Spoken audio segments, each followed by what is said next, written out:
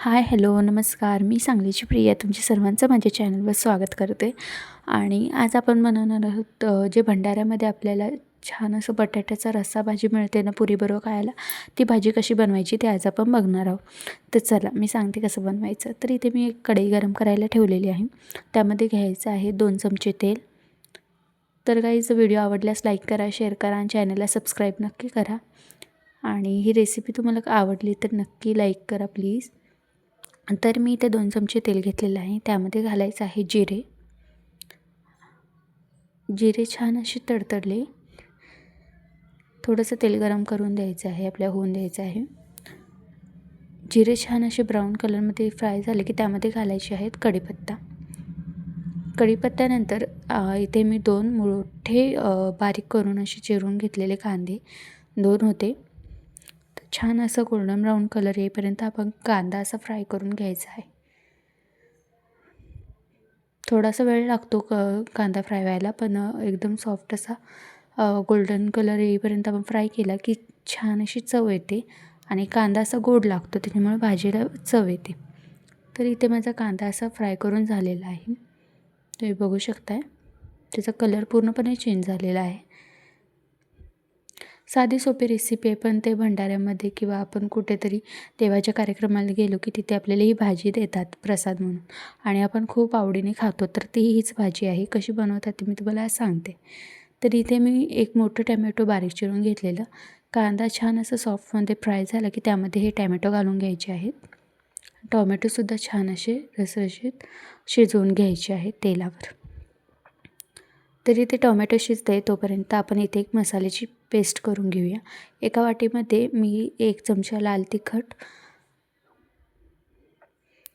माझा छोटा चमचा त्याच्यामुळे मी 1.5 घेतले आहे. तुम्ही चमचा लाल तिखट कमी जास्त करू शकता. 1 चमचा सांबार मसाला आणि थोडासा गरम मसाला आणि थोडीशी हळद असं सगळं मिक्स करून यात पेस्ट बनवून घ्यायची. थोडंसं पाणी घालून पातळ अशी पेस्ट बनवून घेऊया. तर हे तुम्ही बघू शकता छान अशी पेस्ट तयार केलेली आहे मी. तर ही पेस्ट आता आपण जे टॅमॅटो आणि कांदा छान शिजलेला आहे, तर ते बघू शकता तुम्ही टॅमॅटोसुद्धा छान असं तेलात फ्राय झालेलं आहे.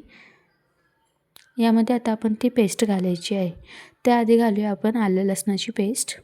तर मी ती तयारच आलं लसणाची पेस्ट घालत आहे. तुम्ही हवं तर तुम्ही घरगुती आलं लसणाची पेस्ट पण घालू शकता.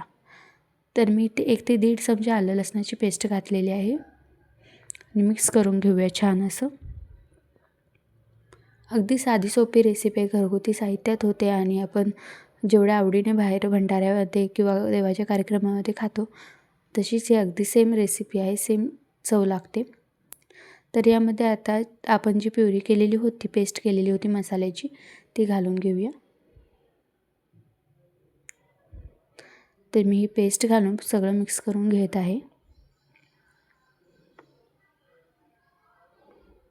मलासुद्धा ही रेसिपी एवढी सोपी आहे असं कधीच वाटलं नव्हतं. जेव्हा फर्स्ट टाईम ट्राय केलं तेव्हा सगळ्यांना घरात खूप आवडली ही भाजी. तर म्हटले शेअर करूया. तर इथे मी बटाटे शिजवून घेतलेले होते आणि ते असे हाताने मॅश करून घेतलेले आहेत मोठे मोठे. तर आता आपण यामध्ये शिजलेले जे बटाटे होते ते घालून घेऊया. तर हे 2 बटाटे आहेत. तुम्ही कमी जास्त क्वांटिटीमध्ये करू शकता. तर आता हे बटाटे आणि हे कांदा टॅमॅटोची जी पेस्ट झालेली होती ती मिक्स करून घेऊया. ते बघू शकता छान असा रंग आलेला आहे. सर्व आपण मिक्स करून घ्यायचं आहे. आता यामध्ये घालूया आपण चवीनुसार मीठ. इथे मीठ घालून घेत आहे. तर छान असं परत एकदा मिक्स करून घेऊया.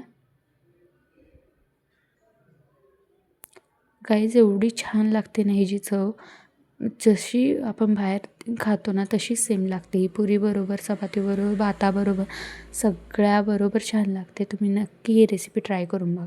तर इथे मी थोडंसं पाणी घातलेलं आहे आणि मिक्स करून घेतलेलं. आता याला छान असं शिजवायचं आहे. त्याआधी यामध्ये घालूया कसुरी मेथी.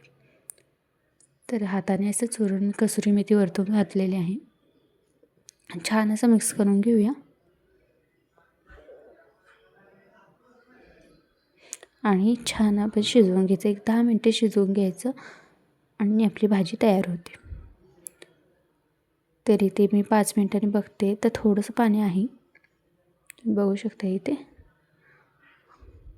जर तुम्हाला असं पातळ हवं असलं तर तुम्ही ठेवू शकता, पण मला थोडीशी अशी रबरबीत हवी आहे, त्याच्यामुळे मी अजून थोडा वेळ शिजवून घेणार आहे.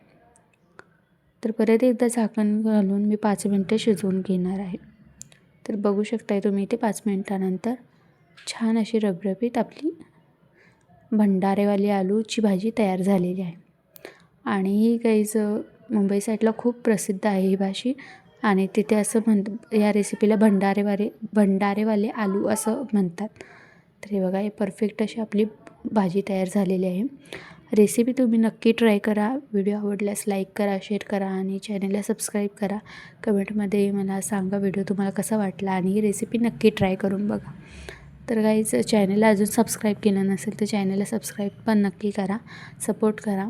आणि नेक्स्ट कोणती रेसिपी बघायला आवडेल हे मला नक्की सांग. तोपर्यंत बाय बाय.